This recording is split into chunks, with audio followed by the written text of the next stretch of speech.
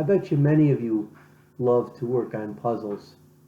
Puzzles take a long time, and to be honest, they frustrate me because they take a long time, and a lot of times I can't find the right piece. And and that happens when you're doing a puzzle. You can get to the end and say, "Oh, I'm missing a piece," and how frustrating is that? But once the picture is done, once you've got all the pieces in place, a beautiful picture appears. And isn't that rewarding that you get a beautiful picture out of something that it comes in pieces?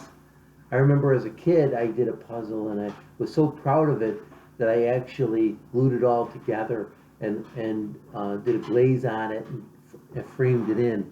I don't know if many of you did that, but it made me think of God's grace and his goodness in our lives. Psalm 139:14 says this: "We are wonderfully and fearfully made." And when David said that, he wasn't saying that God was fearful. What he was saying was God made us in his image, and he took time to make us. And he wanted to do a good job at making us and creating us. And isn't that wonderful news? That God knew me in the womb, and he created me in the womb, and he still is working in my life, because the Apostle Paul says this, that he continues to work in me to do and for his good purpose, doing the will of, for his good purpose. And that's a wonderful news, because he doesn't stop working on me. He has created me with my personality, with my talents, with everything for service for him and to do his will.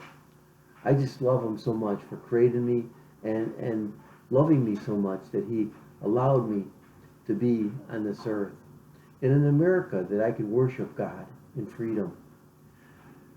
Now you may be wondering, what does this have to do with spirituality? Well, just like this puzzle, as you put it together, God is creating a beautiful picture in your life and in my life. The pieces may not be all in place because he's still working in us. If we're a believer this morning, he's still working in us to create us into the image that he wants us to be.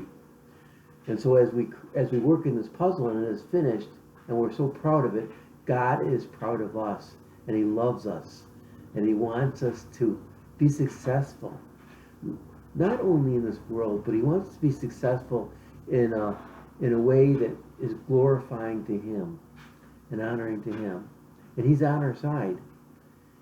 He will do everything he can to help us, to encourage us along the way, because he created us.